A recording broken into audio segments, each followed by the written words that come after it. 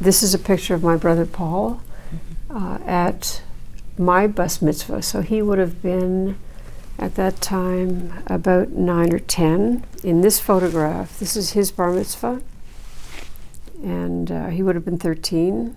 Little did Judy Wells know that 6 months later, Paul would be killed while in a car with a drunk driver. He was picked up by two 16-year-old boys in a station wagon, and they raced through town. The car flipped into the lake, and the two boys got out without a scratch, and he died in the ambulance on the way to the Newmarket Hospital.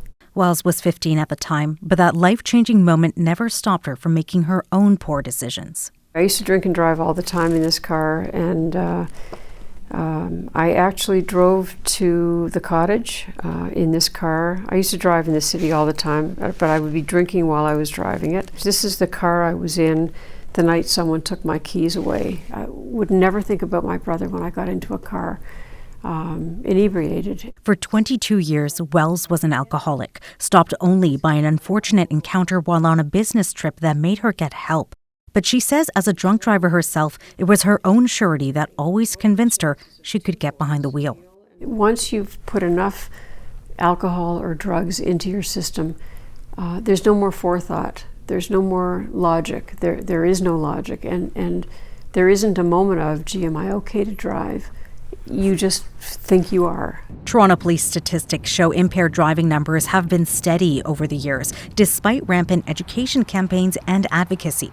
2 months ago, 19-year-old Ethan Lahoulier allegedly drove drunk in northwest Toronto, killing 3 children and sending 3 others to hospital. The idea that it's just, a young person making a dumb decision, I don't think that's a reasonable conceptualization of impaired driving, because impaired driving can happen in all age groups, both sexes or all sexes and genders. Wickens says reasons include a lack of education to substance use disorders and poor decision-making in the moment. There are lots of different people who will engage in this type of behavior. And certainly there are a good subset who are high in risk-taking or thrill-seeking behavior. And sometimes those individuals will also have a sense of invulnerability.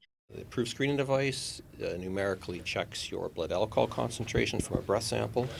We'll get a whole gamut of excuses. I see people that are either very young or older. And when I say very young, I would say 19, 20, 21, and it jumps to 31, 35, 40.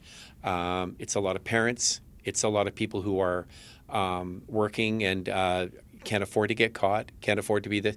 But, they'll often tell you that for one reason or another, down on their luck, lost their job, lost their girlfriend, their dog died. Moyer says while traffic service officers are always out looking for impaired drivers, the messaging around drinking and driving still needs to change.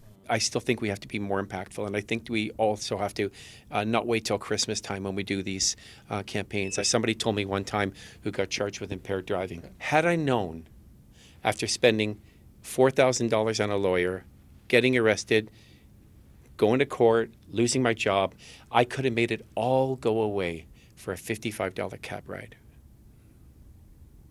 And that was quite impactful. As for Wells, at the age of 74, she's now been sober for 33 years. She's an advocate for treatment, even raising money for a dedicated research chair in emergency medicine addiction and mental health at Mount Sinai Hospital. But since getting sober, she's often thought about what could have happened all those times she got behind the wheel. I believe that I have some angel was watching over me, that my brother's number was up and mine wasn't because of all the drinking and driving I did. I consider myself so fortunate that it's miraculous that I didn't hurt myself, I didn't hurt anyone else. Kirthana, Sasitharan, CBC News, Toronto.